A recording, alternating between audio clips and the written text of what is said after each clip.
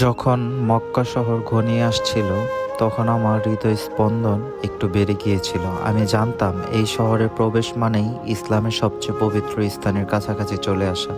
রাস্তার দুপাশে বড় বড় হোটেল, আলোকিত বিল্ডিং আর মসজিদুল আল হারাম লেখা সাইনবোর্ড দেখে বুঝতে পারলাম স্বপ্নের জায়গায় চলে এসেছি।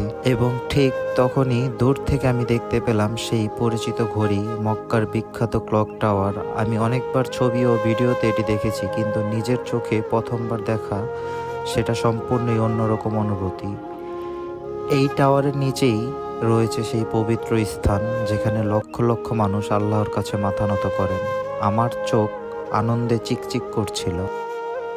সারা জীবন ধরে শুনেছি মক্কা এক বিশেষ জায়গা যেখানে দুনিয়ার ব্যস্ততা ফিকে হয়ে যায় আর শুধু আল্লাহর মহিমা অনুভূত হয়।